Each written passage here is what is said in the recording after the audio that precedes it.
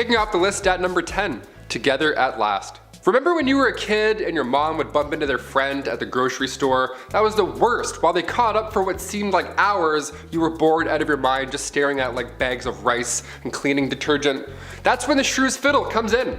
Two women would be locked together, hands included, and face each other, all because they were too loud or they were arguing. These were used in the Middle Ages, most commonly in Germany and Austria, and the contraption would have 3 holes, one for each wrist and the third for your neck. Now sometimes they would attach a bell to these Shrews Fiddles to alert the town that the victim was walking by, in order to talk smack, maybe huck a tomato or two. But the double fiddle, that was the worst. You weren't released until the argument had settled. Some families have an argument shirt where they put the 2 little siblings in and they can't take the shirt off until they get along. This is like a horrible medieval ages version of that. Much, much more uncomfortable. Not made of cotton. Or funny. Just bad. Just all bad. Number 9, point blank period. Alright babes, let's try not to shudder, but let's talk about periods for a second. Aunt Flo, the Red Sea, Shark Week. So many names to describe a pretty sucky time for people who get their period, right? Well, it might suck these days, but back in the medieval times it was a hell of a lot worse. They just didn't have the same kinds of resources that we have today, so a lot of people had to use their noodle to figure out how to get by. Period products weren't really a thing back then, so people had to get creative. They would use rags or other linens to fashion a pad, but underwear also wasn't really all that popular yet, so they had to find a way to keep things in place. They would also sometimes fashion a makeshift medieval tampon of sorts where they would wrap cotton fabric around a twig and shove it up their hoo-ha. Sounds mighty uncomfortable if you ask me. Some people would also seek out bog moss because it was remarkably absorbent, so they would make their period products out of that sometimes too. This type of moss garnered the name blood moss because of its use in treating wounds and use in period products. For other people who just couldn't create these kinds of things, they would just resort to wearing red the whole time, so everything just kind of blended in. Menstruation, but make it fashion. Number 8, the ducking stool. This next one requires so much effort as like a team. I can't believe this was a real thing. The ducking stool was made to punish women involved in sexual activities. How dare you? Shame. Men were punished too, but if we know anything about history, it was mostly women who had to put up with this shit. There was first the standard ducking stool, so women would have to sit in this chair, strapped down while sitting outside of their home, or they were carried down the street. Humiliation at its finest. The town would be like, they had sex, can you believe it? Let's take the day off work and embarrass them now. Losers, they're the losers. So stupid, so backwards. The second version of the ducking stool was essentially the same thing, only it was ducked into a river over and over and over again to cool her moderate heat. At least that's what French writer Francois Maximilien Misson says. They should cool off all those angry villagers, if anything. I don't know, dip them in the river. They're the ones burning with rage because somebody who lives over there had sex once. It's really weird. Go home. Relax. At number 7, Satan's incarnate. Back in the medieval age, women were very much oppressed and incredibly misunderstood. I mean, they thought so many women were witches, and as time went on, the criteria for diagnosing a woman with witchitis or whatever got bigger and bigger to the point where literally any woman could be accused of being a witch for the most BS reasons. Back then, people thought that women were Satan's incarnate, and so they were predisposed to sin, and therefore, they had to be witches. Logic, not quite present, but go off I guess. There were 4 reasons why a woman could be considered part of the devil's posse. 1, because it was believed that women are foolish and gullible, which is why they turned to magic. 2, because women are insatiable when it comes to their carnal pleasures, and so they seek out help from the devil to satiate their needs. 3, because women talk a lot and we speak lies apparently. And 4, because women are weak, and the only way we can seek revenge is by using magic powers and spells. Now what in the balls is this all about? I don't know. Maybe men in medieval times were just jealous that they couldn't kiki it up with the devil, or because they knew deep down that women run the world. Number 6, nosy neighbor. If you were a man back in the Middle Ages and you had an affair, well, you would have to pay a fine. And then that's it. You would go back to your life. But if you're a woman, like everything else on this insane list, it was so much worse. Affairs happen a lot, okay? It's normal. Remember that Ashley Madison scandal back in 2015? It sucks, but also it's not surprising at all. This isn't news to us. Back in the Middle Ages, women were treated the worst for these affairs. They would take their noses off. They would literally take a woman's nose and or ears off of their face because they had an affair. Frederick II used to punish adulterers by using rhinotomy. That was the removal of one's nose. The whole point of this was to make the victim unattractive. Isn't that the worst thing you've ever heard? This is a real thing people did, swear to God. Thing is, nobody is running around confessing that they're cheaters. Somebody has clearly spilled the beans, so they knew what was gonna happen if they got caught, yet they would still rat each other out. Meanwhile, the guy just pays a small fee. Snitches get stitches. Just saying.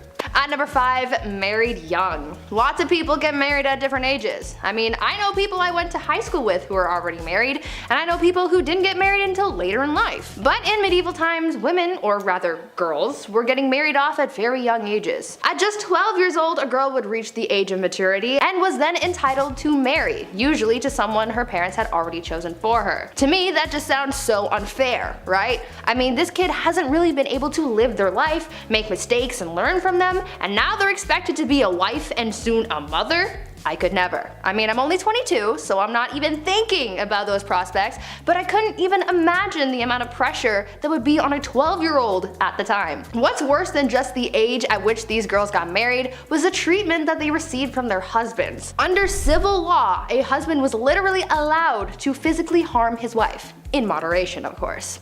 It was actually a medieval tradition for husbands to, quote, treat his wife as a pupil and teach her manners. As you could imagine, this made a lot of wives really mad, and so many wives offed their husbands. But things rarely got better after that, because if they were caught, they would be sentenced to burn at the stake.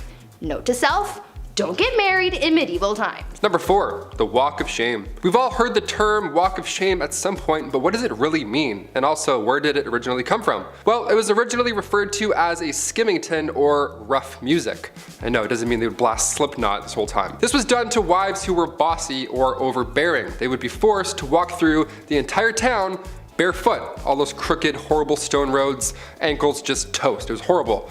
They would also be scantily clad too, because why not? Because men are making the rules, that's why. And as you guessed it, crowds would be waiting outside, all prepared to bang pans and yell horrible things at her. I guess these dudes just never had jobs. I don't know, they were just always on standby, ready to yell at a lady walking by through town, bare feet, all because she was deemed too bossy. Okay. If you're wondering who exactly is responsible for these public humiliations, the court. The official court. Judge Judy back in the day would be like, yes or no, did you raise your voice? Okay, case dismissed. Take your shoes off, we're done here. What a joke. At number 3, ladies of the night. Sometimes you gotta do what you gotta do to get that coin, right? We all have our side hustles and dead-end jobs to be able to afford rent and whatnot. And sometimes we're not exactly proud of the work that we do to make money. It was the same back in medieval times. People had to find any means to make money, and for a lot of women, they used what their mama gave them to support themselves and their families. One of the more positive sides of life for women in medieval times was the fact that being a woman of the night was actually a recognized profession. Later on throughout the times, this profession would be deemed illegal, but in medieval times, it was as common as being a baker or something. These women were actually considered to be merchants because they sold their bodies as if it was any other sellable good. Being a woman of the night was such a common and widespread profession that nearly every town in medieval times had a brothel, even in towns with small populations. So yeah, maybe they didn't have that big of a marketplace, but they no doubt had a place where you could go see some quality mommy milkers. Number 2, grand theft witchcraft. If you were a woman in the Middle Ages, you were accused of being a witch pretty often. They thought women communicated with the devil, like Bree mentioned earlier, just because some townsfolk with 3 teeth said so. Great, thanks Abe. Good job, good report. The punishment for practicing witchcraft wasn't a heavy fine like guys who cheated, but they would be burnt at the stake. This was popular in Scotland along with drowning. Those are the 2 big ones. Remember earlier how I said women would sometimes be dipped into a river or a pond? Well, they would also sometimes just be left there. It's called witch dipping, and depending on if she floated or sank, that's, witch or not. The dumbest thing I ever heard. If you were charged with treason or witchcraft, that was the ideal punishment, because it surely beats burning to death in front of an entire village. This all got out of control come the start of the 17th century with the Salem witch trials. That's when people were like, you know what, I think this is wrong. I think we should stop, let's put this torch out, I think we're good. That's when 19 people were executed for being witches. God forbid you knew how to do bedmas in the Middle Ages. Also, that's a lot of coordination to get that many townsfolk together and be like, okay, you need this, how many people are standing here? Almost like you would use basic math to figure that out. You're a witch too. Spoiler alert, we're all witches, because we know things. I don't know. I hate this. And finally at number 1, crimes of the heart. For some unknown reason, people were really out here in these streets in medieval times trying to accuse women of everything. Witchcraft was a common accusation, but the other common crime that women were often accused of was adultery. But you see, the thing is, someone could accuse a woman of adultery even if she never had physical contact with another person. Now, how the heck does that work, you ask? Well, it depended on where these people lived. During the medieval age in the Byzantine Empire, it was considered adultery if they spent a night outside of their husbands' or parents' homes. In Slavic parts of Europe, a woman could be considered guilty of infidelity for simply going to a public event. I'm pretty sure with this logic, if you even breathe in the same general vicinity of a man, then you could be accused of adultery. I mean, what the F is that up? The only bright side, I guess, is the fact that when it came down to punishments for adultery, men usually got the worst punishments in comparison to women. However, they would be accused of this crime way less often than women, so I guess in a way we still got the short end of the stick. Damn it. At number 10, water carrier. These days, we have it so easy. We have the internet at our disposal to learn about pretty much anything, we have cars to get us from point A to point B, and all of our resources are close by. We get food from the grocery store and water from the taps in our houses. But back in the Middle Ages, things were a lot tougher for people, and they had to go through a lot just to get basic life necessities, like water for example. Getting water to people wasn't as easy as you might have thought, and so that's why getting water became a whole profession. In a medieval city, you lucked out depending on the area that you lived in. If you lived close to a river or stream, then you could get all the water you wanted and pretty easily too. But if you weren't so lucky to live near this resource, then you might have had to hire a water carrier to fetch it for you. People sought out strong young men to become water carriers for them, and as the name implies, they would get paid to go to the nearest source of water and bring it back for their employer. This profession became pretty popular in the late medieval period in London, and by this time so many people were working as water carriers that they created their own fraternity. At number 9, town crier. I'm sure you've heard of the town crier at some point in your life, right? They're often incorporated into pop culture pieces that take place in the medieval times.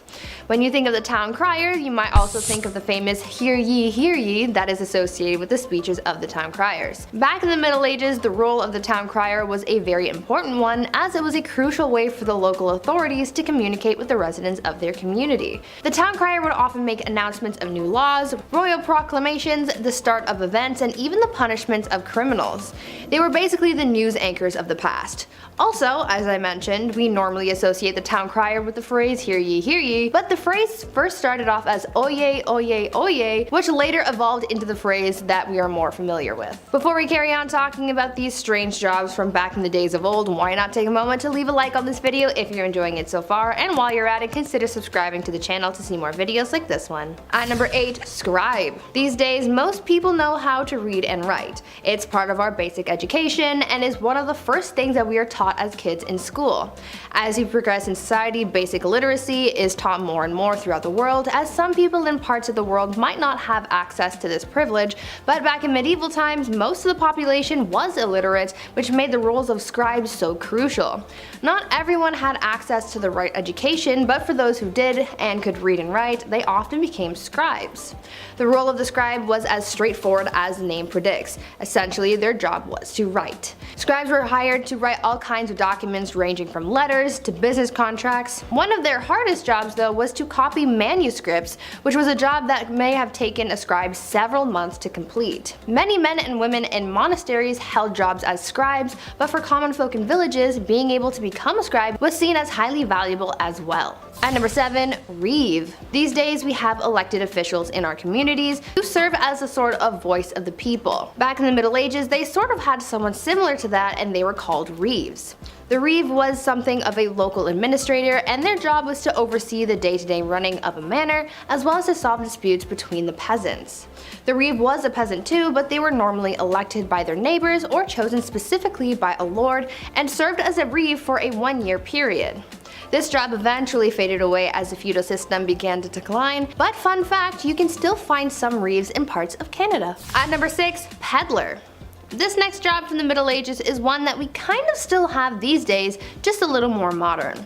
We're talking about peddlers. You know how there are people who go door to door trying to sell you something, like back in the day when Avon used to do house calls? Well, this was essentially what peddlers did. Their job was to travel from village to village to sell various goods. This was how a lot of people in more remote areas were able to buy certain items. The peddler's job was pretty important for the local economy because it was able to bring business to larger areas than just one local town. It seemed like a good enough job, but socially speaking, peddlers were always looked at with suspicion. Oftentimes, local people would accuse peddlers of being criminals. Now, they easily could have been criminals, but it's really a case-by-case situation. You can't judge someone for just trying to get their coin. At number 5, gong farmer. Now, even though there were simple jobs like being a scribe and carrying water to people, there were also some messy and not so glamorous jobs as well. This next one I'm about to tell you about was definitely one of the worst jobs that you could have. See, there was a time before modern sewers and plumbing were a thing. This was a pretty icky time because rather than waste being disposed of in sewers, they were deposited into a privy or cesspit. Now, these things had to be cleaned out periodically, and guess what? There were people who were hired to do just that. The gong farmer was someone who was hired to maintain the cesspits, and so they would be given a large ladle and they would scoop out the waste and transport it away. Now, I can only imagine how horrible that job would have been and how horrendous the smell would have been too. It sounds like an absolute nightmare, so I'm glad it's not a thing anymore. At number 4, galley rower. Now, as bad as it might have been to be a gong farmer in the Middle Ages, there was apparently a job that was much worse that people would do anything to get out of, and that was the galley rower. This was considered to be one of the most grueling jobs from the Middle Ages, and I can see why. These people would be tasked with working on a galley and rowing a ship along with a team of up to 1,000 other people. Apparently, people hated this job so much that they would try and avoid being picked to be a galley rower at all costs. Many people would join the priesthood in order to become exempt from becoming a galley rower. Usually this job would go to the poorest peasants and even slaves, as it became more and more difficult to find people for the job.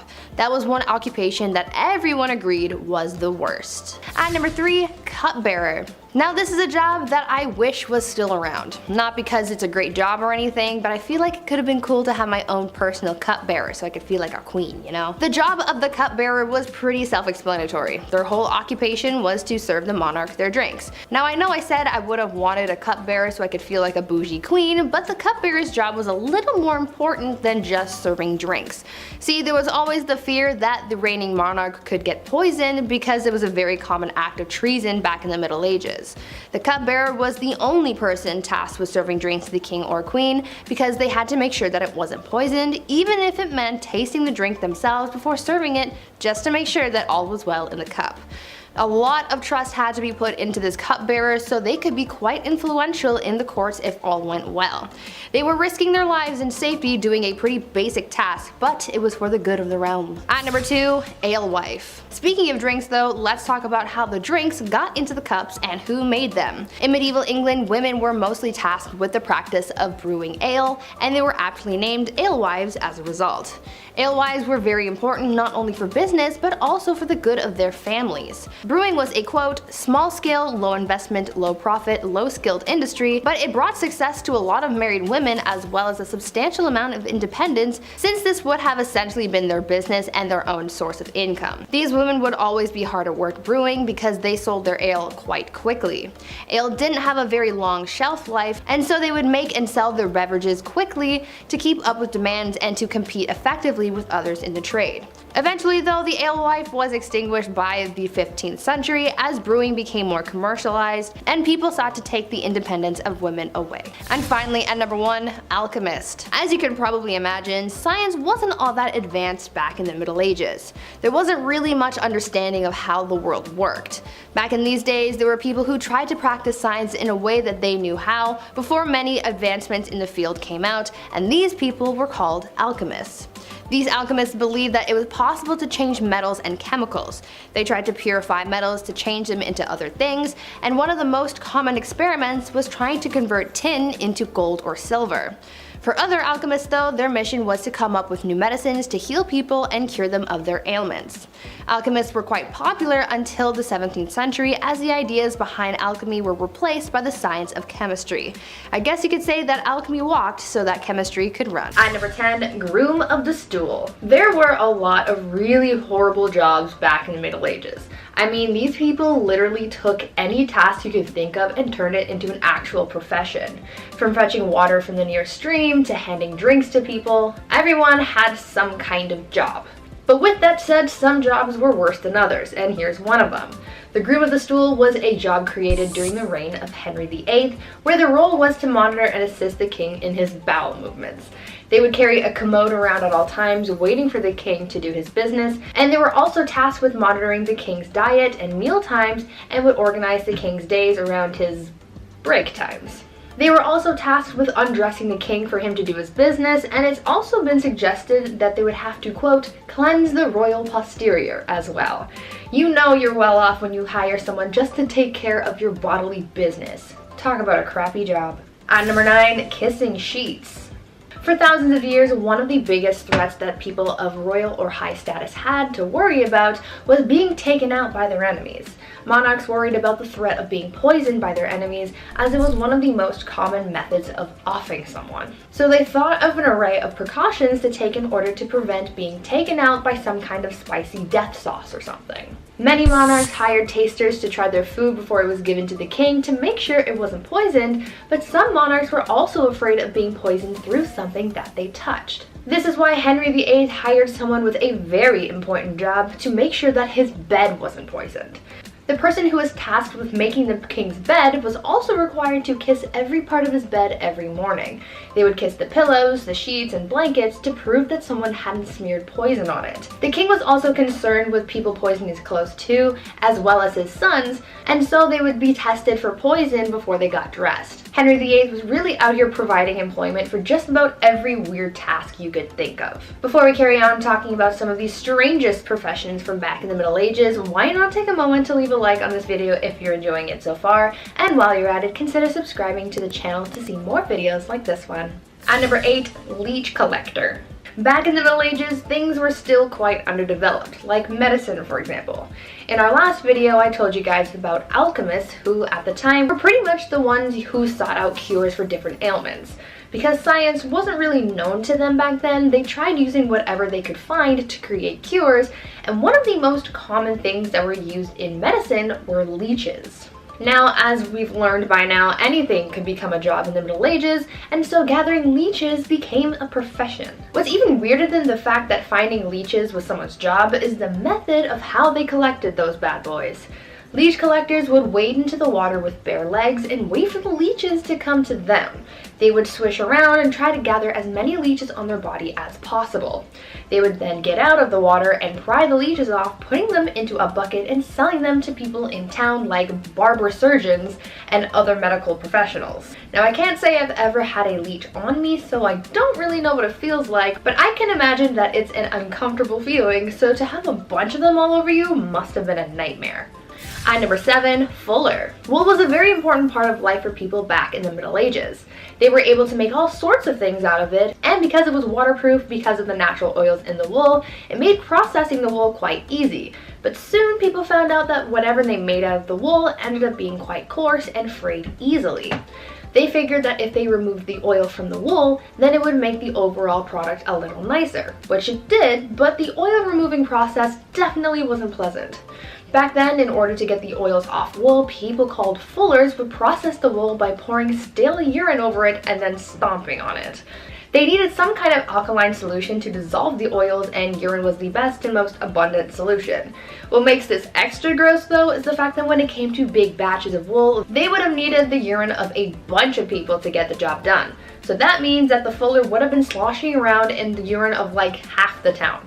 Gross. At number 6, ostiary. In the Middle Ages, religion played a big part in the lives of the people, and there were actually quite a few jobs centered around having something to do with the church.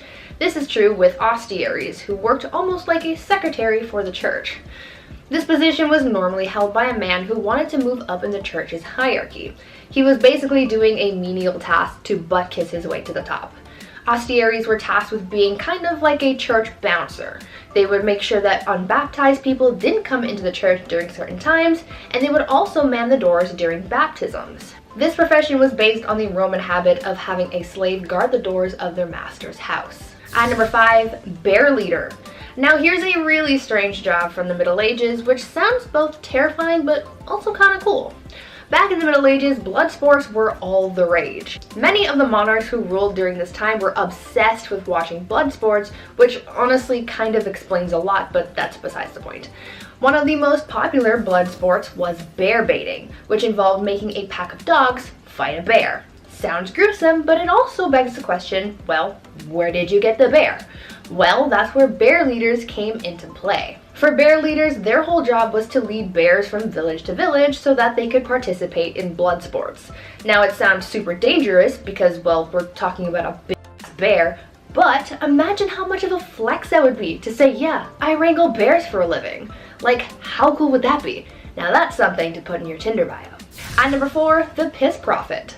As we all know, medicine wasn't all that advanced in the Middle Ages. There were no actual doctors, and the people you would have visited if you were feeling unwell were the same people who doubled as barbers, so I don't know how accurate their medical diagnosis would be. In medieval England, people didn't really know much about health, and many people were known to get diagnosed based on their pee. Back then, they believed that the consistency, color, and taste of someone's pee could diagnose someone's ailments. The people who collected people's urine samples were called piss prophets, and they had their own criteria for determining what was going on in someone's body based on their urine. According to the piss prophets, if your pee was white, then it was the ideal color, and that meant that everything was working properly. If it was wine-colored, like blue or black, then it meant that something was very wrong. And if it was green, then you were basically on your last leg and you should probably get your will in order. Now, I'm not sure how accurate these readings actually were because medicine was basically non-existent back then, but they tried their best with what they had, I guess. At number 3, muckraker. In our last video about unusual jobs from the Middle Ages, I told you guys about a job where people had to clean up human waste with ladles and then transport it elsewhere to keep the town clean. But there's another profession along those same kind of lines that I'd like to tell you about. Muckrakers were the people who were responsible for cleaning waste off the streets in whatever town they were in. You see, back then, people kind of just disposed of their waste wherever they pleased. But since this waste, like human and animal excrement, rotting food, and entrails, had nowhere to go and kind of just sat around the streets, you can just imagine how disgusting that must have been. So that's where muckrakers came in. These were brave people who basically rode around town, collecting waste off the ground and throwing it into carts to then be transported out of the city. As horrible as this job may sound though, these people actually made a lot of money. Muckrakers could make in 11 days the same amount as another laborer makes in 6 months. Would you do this job if it made you rich? At number 2, arming squires. I've talked about squires in a previous list about medieval knights, and if you've watched that video, then you might be familiar with how unpleasant the life of a squire could be. At a certain point in their training, a squire would be tasked with basically being an assistant to a knight, and a lot of their assistance was guided towards the knight's armor and weaponry. In the Middle Ages, arming squires were given the task of maintaining the knight's armor. So this meant that they had to make sure that the armor was clean and properly attached to the knight's body. This job was so serious that sometimes the arming squire would have to run out into the battlefield in the middle of a fight to tend to their knight's armor, which meant that they were risking their lives for a couple hunks of metal. And finally, at number 1, pier finders. Now I think this last job on our list must be one of the worst ones by far. We've talked about how people harvested leeches, cleaned waste off the streets, and stomped on urine-soaked wool, but imagine if your job was just to go around the town and pick up as much dog poop as you possibly could. This was basically what people called pier finders would do. Dog poop was essentially used as a drying agent by tanneries to make leather for bookbinding. This was a lot of people's full-time jobs, but imagine how crappy this job would have been. I'll see myself out. At number 10, shaming parades. If you've watched Game of Thrones, then you might be familiar with that scene where Cersei gets paraded through the streets of King's Landing while naked, while someone behind her is ringing a bell chanting shame. Ding ding ding, shame. It's kind of a meme, but it's also based on a real medieval tradition called shaming parades. For years, people have loved shaming others. I think it's kind of human nature at this point, and obviously back then, they didn't have social media to use as their preferred method of ripping on someone, so they got creative. Depending on what the accused did, their punishment would vary, but the one thing that stayed consistent was them being paraded through the streets for everyone to watch. Specific punishments were given for specific crimes. For example, if a tavern owner served bad beer, then they would be paraded through the streets and forced to drink the beer. If they were caught stealing a pig, then they would walk through the streets with a dead pig around their neck and a crown made of pig's feet. People would throw things like glass, rocks, and even dead cats at whoever was being paraded, and it was quite the spectacle. Now, would you rather experience this or being canceled on social media? And number 9, cemetery fun. What types of things do you guys like to do for fun? Do you play video games, or read, or maybe you watch Netflix or YouTube? And where do you like to go for fun? Maybe the mall, or to your friend's house? Well, if you lived in the Dark Ages in Europe, you would go to the place where everyone goes for fun. The cemetery. Yeah, you're gonna go kiki it up with the corpses, and unfortunately, they're not corpse husband. Although, corpse, if you're watching, hit me up. I love you. Anyways, back in the Dark Ages, the cemetery was the place to be. It was considered to be the social hub of the community. Back then, people held theater performances, elections, trials, and even set up businesses in the cemetery because graveyard shops were exempt from taxes. There was quite a lot going on in the cemetery, and it was almost like the equivalent to going to the mall. But I want you guys to tell me if you would ever be like the people in the Dark Ages and just go to the cemetery for fun. Before we carry on talking about the weirdest parts of life from the Middle Ages, why not take a moment to leave a like on this video if you're enjoying it so far, and while you're at it, consider subscribing to the channel to see more videos like this one. And number 8, judging tears. In modern times, somehow we've come up with the idea that only girls are allowed to cry. I think that's pretty BS, and it's healthy for everyone to express their emotions, and funnily enough, they believed the same thing back in the Dark Ages. Back then, everyone was expected to cry freely, but the strange part of all this is the fact that people judged how others cried. Their tears would be judged on quantity, duration of crying, and the frequency as well. They took their tears pretty seriously. Obviously, when someone was crying because of some kind of loss, it was nothing, but if they saw someone else crying for a different or unexplained reason, this was believed to have been different kinds of tears, which they called the gift of tears. They believed that this was a sign that someone was thinking of Jesus and his suffering, and that they were so overwhelmed with emotion that they would be moved to tears, and this was also considered a gift from God. As long as someone's crying wasn't too loud, they didn't cry too much, and it wasn't disturbing anyone, especially during a church service, they were just considered particularly devout. And number 7, soccer. These days, people regard soccer, or football, as a modern European sport, and though it is popular in these modern times, it turns out that the sport has been around for a lot longer than you might think. Soccer was first played back in the Dark Ages, however, it is very different from the soccer that we know today. Back then, the sport didn't really have a name, and there were no rules either. The only thing people followed when playing this game was the objective of winning. Back then, you were allowed to win by any means necessary besides deliberately offing people, of course. Back then, soccer became known as a pretty brutal sport. It was violent, chaotic, bloody, and sometimes even deadly. It involved an infinite amount of players, so it was really a free-for-all on the playing field. The sport was so intense that in 1314, King Edward II banned the game, decreeing, quote, "On pain of imprisonment, such games to be used in the city in future." Glad things have changed since then because FIFA would really be intent if it hadn't. And number 6, too much poop. Here's a real downside to being a knight in the medieval era. While we've been taught that knights were these amazing, brave, chivalrous men that would rescue a princess and live happily ever after, the reality is they were a bunch of dudes on a muddy battlefield with poor hygiene that were literally pooping themselves to death. Many knights who embarked on crusades had a lot of parasites and diseases, and one illness that proved most problematic was dysentery. Dysentery is an illness that basically causes super poops due to a parasite. So these knights were out trying to win back the Holy Lands while their tum-tums were throwing up gang signs and getting mad rumbly on the battlefield. It is believed that these knights contracted dysentery through drinking tainted water, and because medicine was basically a myth at this point, once you contracted dysentery, you could basically kiss your life and your stomach contents goodbye. The most famous case of death by butt explosion was from the 7th Crusade, where Louis IX had contracted dysentery and had his pants cut because he was tired of having to pull them down every time he felt a rumbly in his tumbly. It all sounds like such a terrible way to go and a serious downside of being a knight. And number 5, unicorns and Jesus. The thing about the Dark Ages is that it was full of superstition and mythology. Within this period of time, there was a lot of confusion when it came to religion, as paganism and the rise of Christianity were both hot topics. Many times, superstitions and mythology from paganism made its way into religious beliefs of Christians, and things were known to get a little weird. Take, for example, the unicorn and how it was incorporated into the Christian beliefs of the Dark Ages. It is believed that a mistranslation of what is thought to have been an ox is what brought unicorns into Christianity. Because of this mistranslation, the Bible likened Jesus to a unicorn.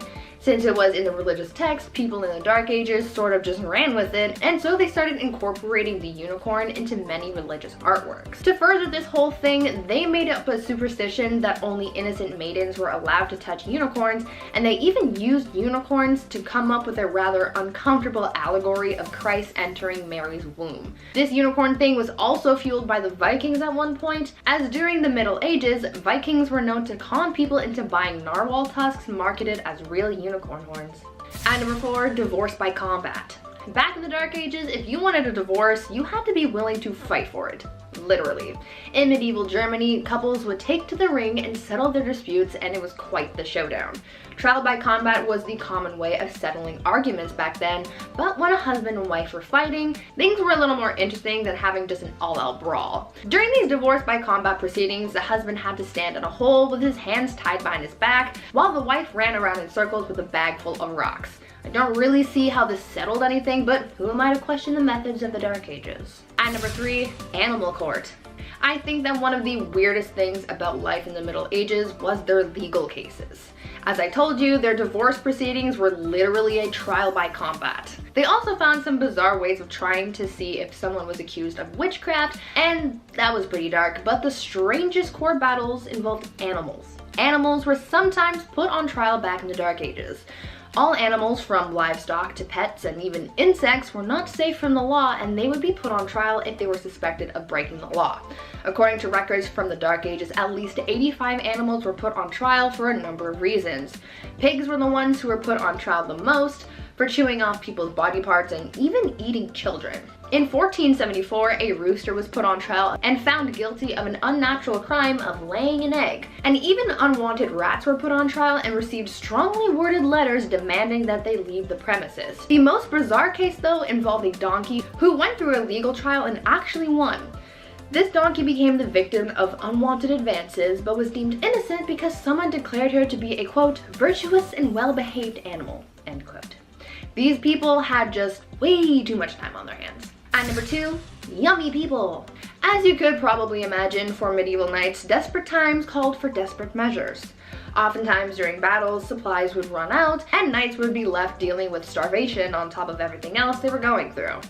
This proved to be quite a huge problem during the Crusades, because after supplies and food started running out, people got desperate and started seeing each other as snacks, if you know what I mean. Some of the poorest crusaders resorted to eating people to get them through the journey to take back the Holy Lands, and as you can imagine, it was a pretty gory sight to see.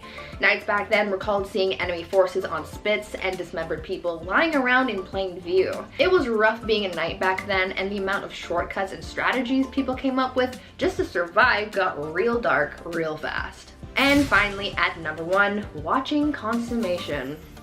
Back in medieval times, depending on the century, weddings either meant a lot or meant nothing at all. If it was the early medieval age, then no one really gave a hoot about marriage. But later on in the medieval age, marriage became a holy sacrament, and this sacrament had to be consummated. They would do the good old brown chicken brown cow, boom boom pow, OMG wow, which would have been a positive or a negative experience depending on the circumstance, but it was also a little weird because there would be people watching it all happen.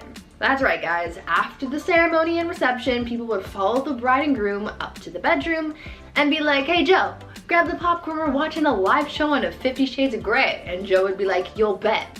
Yes, that's exactly how it happened.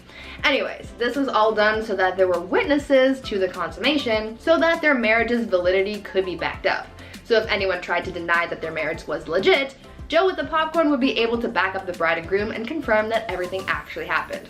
Kinda kinky, kinda weird. At number 10, watching consummation. Back in medieval times, depending on the century, weddings either meant a lot or meant nothing at all. If it was the early medieval age, then no one really gave a hoot about marriage, and I'll get to that later. But later, in the medieval age, marriage became a holy sacrament, and this sacrament had to be consummated. On the night of the couple's wedding, they would do the good old brown chicken, brown cow, boom boom pow, OMG wow, which could have been a positive or negative experience depending on circumstance, but it was also a little weird because there would be people watching it all happen. That's right guys, after the ceremony and reception, people would follow the bride and groom up to the bedroom and be like, hey Joe, grab the popcorn, we're watching the live showing of 50 Shades of Grey. And Joe would be like, yo bet, and then that's exactly how it happened. Anyways, this was all done so that there were witnesses to the consummation so that the marriage's validity could be backed up. So if anyone tried to deny that their marriage was legit, Joe with the popcorn would be able to back up the bride and groom and confirm that everything happened. Kinda kinky, kinda weird. Number 9, dowries. Today's weddings are so insanely expensive. I don't know if it's ever gonna happen for me, for that reason alone. But, you know, they kind of replaced the dowry altogether. But what was a dowry? It was a set of assets, money, material, goods, real estate that would be given to the groom once the couple united. The purpose of the dowry was to entice a groom to marry the bride if he wasn't already attracted to her. A kind of, we will pay you to marry our daughter kind of vibes. But it also acts as a kind of insurance for the bride. Should the marriage end in divorce, the husband is expected to pay it back. So yes, there were indeed take-backsies if things got really bad. Though considering divorce and annulments were rare and the money really never belonged to her, not the best rule to live by, but the groom would also pay something called the bride price or bride wealth. The groom was expected to pay a sum either in assets or money to secure a lady's hand in marriage. This implied security for the bride and their family. But yes, in both accounts, technically, a bride could be bought and sold for whatever price the family/groom deemed appropriate, so really just a marriage pawn. On number 8, shotgun wedding. Marriage and weddings back in the medieval ages were practiced very differently compared to today. Back then, people started getting married and having kids very, very young. Usually, girls would be married off as soon as they hit puberty, so around the age of 12, and they would start popping out as many spawn as possible because the high infant mortality rate made it very difficult to grow a family. On top of the duty to further the population, these marriages weren't for love. Arranged marriages were the norm back then because it was mostly used to join families for status or alliances, or because your dad owed Billy from down the block a favor and he offered you to his son Billy Jr. Marriage ceremonies were also very different back then. Because marriage wasn't as big of a fuss as it is now, it didn't matter where you got married or how soon. You could get engaged in the morning and be married by lunchtime if you really wanted to. Most people didn't need permission to get married, so they could hold the ceremony anywhere. Marriage ceremonies could be held in places like pubs, in the middle of the street, or even in bed. Because of this, it made it really hard to know who was married and to whom until the 12th century when it was declared a holy sacrament that must be observed by God. Number 7, no objections. So obviously, with a lot of people marrying willy-nilly, a lot of marriages mostly made people miserable. Maybe. Enemies to lovers is my favorite book trope, so who knows how spicy things actually got. I hate you, I love you, next day, I don't know. But the famous line, speak now or forever hold your peace, only got introduced in 1215 to try and flesh out drama before they couldn't go back. In the Middle Ages, drama, discovered after marriage vows were exchanged, caused major problems since divorce wasn't easy or, you know, accepted. We will get to that later. For instance, Joan of Kent, who was known for marrying Edward the Black Prince and mothering Richard II, had a secret marriage when she was 12 years old. She didn't get approved. In her early teens, she was married to an aristocrat, but the secret marriage was discovered after 8 years. The papal court had to overturn it and return her to her knight. He died 11 years later, and it was after that that her cousin Edward married her. Wouldn't it have been nice to know that little detail before she married the aristocrat guy? Yeah, probably would have saved a lot of heartbreak. Hence why the speak now or forever hold your peace was introduced. At number 6, shoes. Back in in the days of old, shoes were apparently a huge staple in society. They were pointy and weird and expensive and complicated and were even integrated into marriage practices. During the wedding ceremony, it was a tradition for the father of the bride to take one of the bride's shoes and give it to the groom. The groom would then tap the bride on the head with the shoe in a token of his authority. But the shoe traditions don't stop at bopping people on the head like Little Bunny Foo-Foo. You know how these days there's a tradition of throwing the bouquet at weddings, and apparently whoever catches it is the next to get married? Well, that tradition sort of came from the medieval tradition of throwing shoes at weddings. Instead of throwing flowers, brides would throw shoes at their bridesmaids to determine who was next to walk down the aisle. Now this whole bride throwing things idea has failed me before because I caught a bouquet once and I'm as single as ever, so maybe someone needs to chuck a shoe at me or something this time. Please. Number 5, the bedroom trial. So divorce, again, wasn't a thing. On the upside of dying early, it potentially meant that you weren't locked in a marriage for too long. If the marriage did end, it wasn't a divorce, it was an annulment, which was very expensive. A common reason this happened was due to consanguinity, which was close relations by blood or marriage, which was forbidden.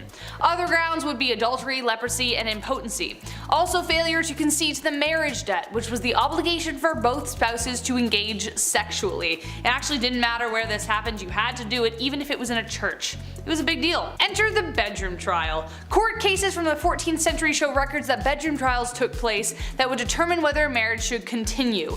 The bedroom part is exactly as it sounds. The man and the woman were placed in a bed together and were to be watched by the wise women for several nights. If over the course of the night the man's member remains of no use, i.e. impotence, then it was determined that the marriage should end. But the wise women were most likely either complete strangers or the groom's grandmother. So I doubt that would have helped with the getting it up part. Poor guys. At number 4, marrying the country. If you married an entire country, does that count as polygamy? Are you technically married to everyone in the country or just the one country as a singular unit? These are the shower thoughts that I wish I could ask medieval queens, but unfortunately they died a long time ago, along with their marriage secrets and probably some recipes for poison too. Back to this whole marrying the country idea though. Back in the medieval age, when someone became queen, they had to get married more than once. For them, it wasn't just about marrying their spouse, they also had to marry their country. This process was called consecration, and it was something that a ruler had to go through in order to be a legitimate queen. The queen would go through a symbolic marriage to the realm, complete with prayers and a blessing and a ring and a crown. It was essentially like a real wedding, except the groom was a nation of people. Sounds like a happy marriage to me. Yeah. Number 3, the veil. As we have determined so far in our list, love wasn't the primary reason for marriage, especially for nobles, so as a result there were quite a significant amount of arranged marriages. Besides the symbolism of humility and purity, it was also used as a way of disguising the bride entirely. The bride would often be wrapped from head to toe to protect her from evil spirits. This tradition goes all the way back to ancient Roman times. That's one explanation, but during arranged marriages it was more literally used to hide the face of the bride from the groom. So if he didn't like what he saw after he literally unwrapped the package, well, too bad, she's yours now. Eventually veils progressed to being much smaller, but the tradition of revealing the bride to the husband to declare ownership remained a tradition even to this day, kind of, except now it's more romantically idealized. You see Priyanka Chopra's awesome veil and that, you know the one. At number 2, long distance marriage. You know how during the pandemic people started having Zoom weddings? Well, in a way, people have been doing something similar since the medieval ages. Back then, a lot of weddings were simply for political reasons, and so a big ceremony was rarely needed. So when two people from different kingdoms were getting married, they didn't necessarily need to be there for the wedding. Instead, they could send proxies and have someone marry their new spouse on their behalf. This would be the legal binding of marriage, you know, the paperwork side of things. But once both parties could finally meet in person, then they would hold a second ceremony with all the pomp and circumstance that you would expect. And yes, it still included the whole watching the consummation thing. Ew. This proxy marriage actually happened to Marie Antoinette, and her brother was her proxy until she could get to the formal ceremony. So now we know that even back then, you didn't have to show up on time to your own wedding, and you could just get someone else to do it. Sounds a little cold to me, but like I've said before, love is dead and it died a long time ago. Mic drop, thank you. Number 1, last but not least, and this is the most messed up, the Lord's Rite. This one is definitely the most messed up tradition, and I don't even know how it was justified in the first place. Like, why was it even in place? Someone clearly clearly made this happen so they could piss people off. The last thing anyone wants at their wedding is someone interfering with the wedding night. As we know, people for the most part had to observe the ceremony, but the Lord's Rite was something even more horrific. The droit de seigneur was a feudal right that existed in medieval Europe that gave the lord of the land the right to sleep with the bride on the first night of the marriage. That's right, so most often they would take the bride's virginity. Now, just how often this right was carried through is debated, but if your lord had a particular vendetta against you, it wouldn't be surprising. This right could also extend to a lord taking the virginity of every woman in the village, even if they didn't want to get married. It was ridiculous. However, late Middle Age and Renaissance era texts don't clearly determine whether this practice ever occurred. Texts from 15th century Switzerland references the Lord of Mar demanding the right of the first night or a hefty fee, so either you pay for it or I do it. The droit de seigneur was depicted in Mel Gibson's Braveheart, which added to the infamy of the idea, but no physical evidence determines whether any lord actually did it, but it did technically exist. Gross.